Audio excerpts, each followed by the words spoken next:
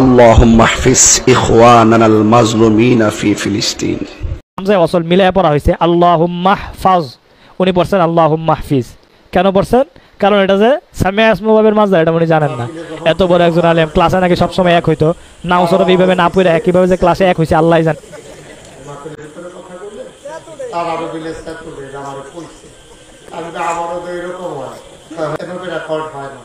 মন দিয়া কথা শুনে ভাই, কথা বুঝেন নাই আপনি? কথা বুঝেন নাই? আপনি আসেন মাহফিলে, আমি যে বলতেছি কথা শুনতেছেন? তোমার মোবাইল ধরে রাখছেন কেন? বলছি বন্ধ করতে। জি, মনোযোগের সাথে আমরা শুনবো ইনশাআল্লাহ। তো আমরা আলোচনা শুরুর আগে মারদুদ শয়তান থেকে ফানাহ চাই, যিনি রহমান যিনি রাহিম, তার নামে আমরা শুরু করি। আমরা সবাই মিলে পড়ি। আউযু বিল্লাহি মিনাশ শাইতানির রাজীম। বিসমিল্লাহির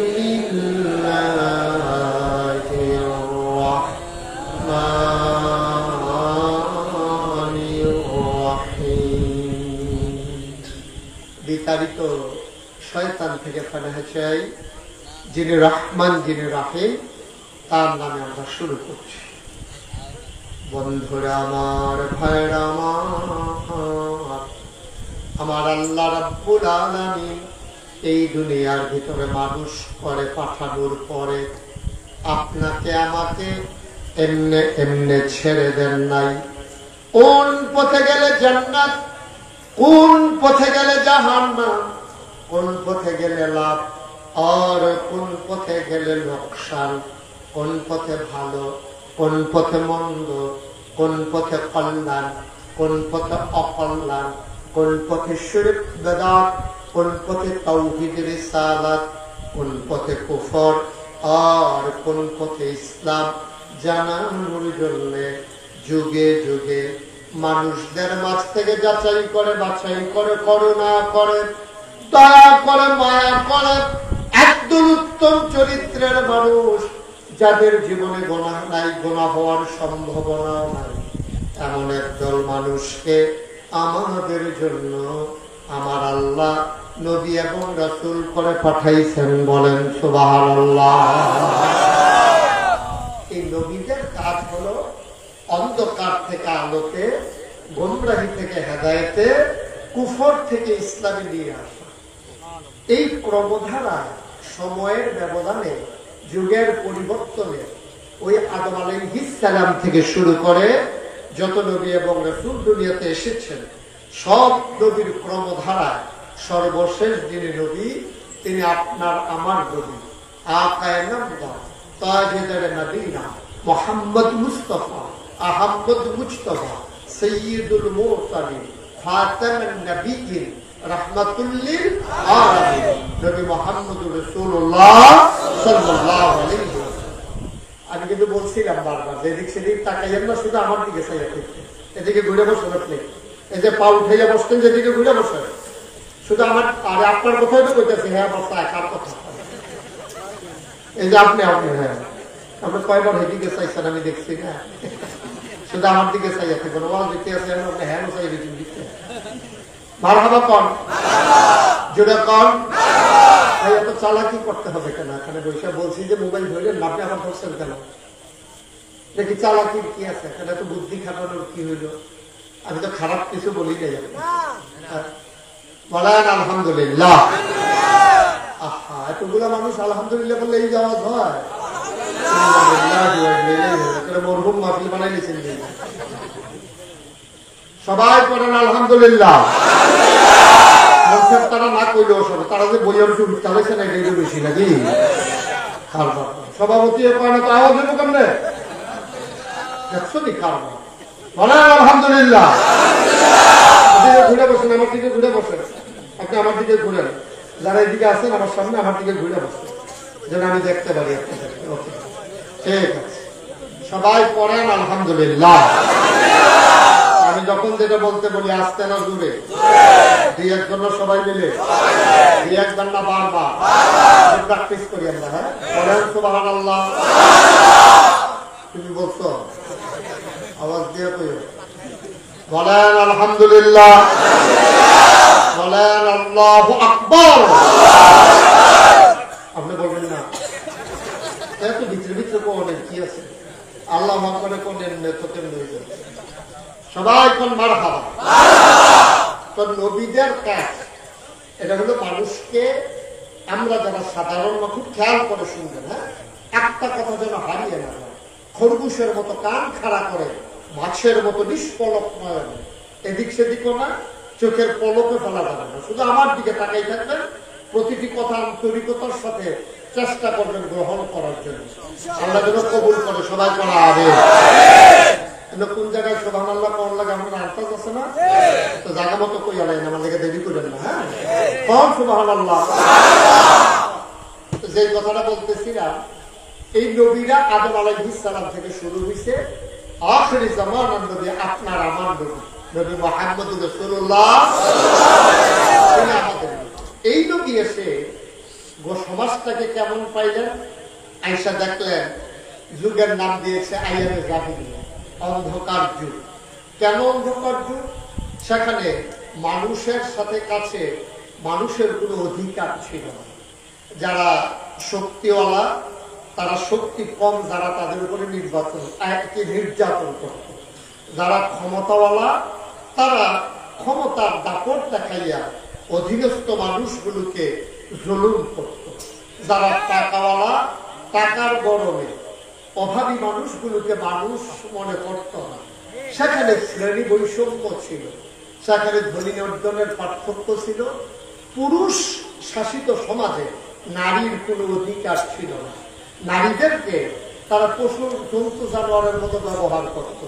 বন্ধু দাওয়াত দিয়া যারা কেনা দাসী, দাসী গর্ভবতী হয়েছে, এখন পেটের ভিতরে বাচ্চা কেমন আছে দেখার জন্য বন্ধু বান্ধব দাওয়াত দিয়া মদের আসর বসাইয়া তরবারি দিয়া ওই দাসীর পেটের ভিতরে এভাবে তরবারি চালাই দিত। বাচ্চাটা লাফ দিয়ে পড়ে যেত সামনে, দাসীটা ছটফট করে মরে যেত। আনন্দ করত। এই বিভৎস কুৎসিত আনন্দ তাদের জন্য আনন্দ ছিল। নাউজুবিল্লাহ বলবেন না? এখন আপনারা শুনে নাউজুবিল্লাহ বলার জন্য বলাতে খুব দূরে বলছেন। এবার আপনারা বলেন, এখন হলো নবুয়তের ১,৫০০ বছর পরে একবিংশ শতাব্দীর সূচনা লগ্নে গোটা বিশ্ব যখন আজকে কম্পিউটারাইজ, গোটা বিশ্বকে যখন বলা হচ্ছে গ্লোবাল ভিলেজ, উন্নতির চরম শিখরে আমরা আরোহণ করেছি। পুরা গোসাকড়া গ্রামে একটা ফোনের বড় পাওয়া যাবে না। যেখানে আগে বিল্ডিং ছিল না, এখানে দোতলা তিনতলা বিল্ডিং হয়ে গেছে। টিনের ঘরের সংখ্যা আস্তে আস্তে কমতেছে। রাস্তাঘাট হয়েছে, আমরা অনেক দূর এগিয়েছি। আমাদের ছেলেরা বিদেশ গিয়ে অনেক টাকা পয়সার মালিক হয়েছে। আবার বলেন তো, ওই সময় মানুষের কাছে মানুষের যেমন মর্যাদা ছিল না। এই যে আমাদের বিএনপির সভাপতি সাহেব একটু ইঙ্গিত দিচ্ছে, আপনারা শুনেছেন। এখন কি মানুষের কাছে মানুষের কোনো মর্যাদা আছে? তাইলে ওই জমানার এই জমানার ভিতরে বেশি পার্থক্য নেই। মোটামুটি অনেক দিক দিয়া ওই জমানার চাইতে আমরা খারাপ জায়গায় আছি। টাকা হইলে মানুষ হয় না, হাত পা চোখ কান নাক মুখ থাকলে মানুষ হয় না। মানুষ হয় মনুষ্যত্বের বিকাশের মাধ্যমে। আমরা মনুষ্যত্বের বিকাশ ঘটাইতে পারি নাই, আমরা পশুর মতো আচরণ করছি। এই বাংলাদেশে রাজধানীর রাজপথে প্রকাশ্য দিবালুকে মানুষকে পিটিয়ে হত্যা করে মানুষের লাশের উপরে নৃত্য করা হয়েছে। বানানো কোনো কল্পনা, মুখরোচক কোনো ইতিহাস না, এটাই বাস্তবতা। এটাই বাস্তবতা। এই দেশে তার ন্যায্য অধিকার চাওয়ার কারণে আমার দেশে ক্ষমতাকে প্রলম্বিত করতে গিয়ে, ক্ষমতাকে পাকাপুক্ত করতে গিয়া প্রায় ২,০০০ ছাত্র জনতাকে নির্মমভাবে হত্যা করা হয়েছে। আমরা থেকে ভালো মানুষ নাকি? আমরা ফিলিস্তিনের জন্য কান্দি, আহারে ফিলিস্তিনের মুসলমানরা কেমনি নির্যাতন করতে আছে। বাংলাদেশের নির্যাতনের খবর হয়তো বের হয় না, ফিলিস্তিনকে হার মানাইছে আলেমের উপরে নির্যাতন। ফিলিস্তিনের সমাজকে হার মানিয়ে ফেলেছে। কত ইমামের চাকরি খেয়ে ফেলেছে, কত ইমামের চাকরি চলে গেছে কোরআনের হক কথা বলার কারণে। বৃহস্পতি জমা পড়াইয়া বাদ গেছে, বৃহস্পতিবারে ঘুম গেছে যে আপনার চাকরি কথা বলেন না, ক্লাস করবে কথা কেন আমি করতে আছি, আপনার যেটা মনের কথা দেবেন ওনার বিক্ষের কথা লাগা করে রেখে আমি বলেন জুড়ে আরে জুড়ে মাফি হইতো না নমুনা খারাপ না, এতগুলা মানুষ আমিন করে সানিয়াটা সিরাজে কলের কথা কি আর আওয়াজ করা কি আছে আমি কিছু বুঝতে সব মরহুম মনে করছে যে কবরস্থানটা কাছে আছে আর বাইকে কামে একটা কবরস্থান হয়ে গেল এই নিয়োগ করে সবাই বই লইব নাকি আওয়াজ দিবেন বলিষ্ঠতার সাথে বলেন আমি আর যেন বলা না লাগে সব শক্ত করে আওয়াজ দিবেন। এই বাংলাদেশে তো এমনও হচ্ছে জমাবারে জমা পড়ে বাদ গেছে, হ্যাঁ মানে বাদ গেছে বলে মানে বউয়ে কান্দা কান্দা কইছে যে আমার শাড়িটা ছিঁড়ে গেছে, একটা শাড়ির দরকার, আমি মানুষের সামনে যাইতে পারি না। এরপরে ফলায় কানতে আছে হাফ প্যান্টের লেগে, বাইয়া কানতে আছে ফরগের লেগে। ইমাম সাহেব সান্ত্বনা দিতে ইনশাআল্লাহ সামনে শুক্রবারে গেলে বেতন পাওয়া যাবে। লালমাই বাজার থেকে আসার সময় সবার জন্য কাপড় চোপড় নিয়ে আসা হবে, ঘরের চাউলও শেষ, চাউল আনা হবে। বৃহস্পতিবারে ফোন গেছে ইমামতি নাই, বৃহস্পতিবারে ফোন গেছে ইমামতি নাই। মসজিদের ভিতরে লোকটা একটা আল্লাহ সিলিন্ডার দিছিল, এই সিলিন্ডারটা আল্লাহ বরদাস্ত করে নাই, ঠিক কিনা? যার উপরে জুলুম করা হয় তারা পায় মাজলুম, আল্লাহ নবী পায় লা হিসাব বাইনাহু ওয়া বাইনাল্লাহ। যার উপরে জুলুম করা হয় তারা পায় মাজলুম, মাজলুমের মাঝে আল্লাহর মাঝে কোনো পর্দা নাই, ডাক্তার দিতে দেরি কবুল হতে দেরি নাই। সুবহানাল্লাহ। এই দেশে ইমামকে তোমরা মিম্বার থেকে বেজ্জতি করে নামিয়ে দিয়েছো। আলেম ওলামা মঞ্চের ভিতরে কোরআনের আলোচনা করেছে, আলোচনা বিপক্ষে যাওয়ার কারণে বেজ্জতি করে আলেমকে কোরআনের মঞ্চ থেকে নামিয়ে দেওয়া হয়েছে। এই বাংলাদেশে আলেম তার অধিকার পায় নাই, সাধারণ মানুষ তার ন্যায্য অধিকার পায় নাই। আলেম ওলামাকে যে বাংলাদেশে ৯৯ জন লোক মুসলমান, যেই দেশে আপনার জেলখানার ভিতরে থাকার কথা চুর গুন্ডা বদমাইশ, এই জেলখানাগুলো ভরে গেছে আলেম ওলামা দিয়ে।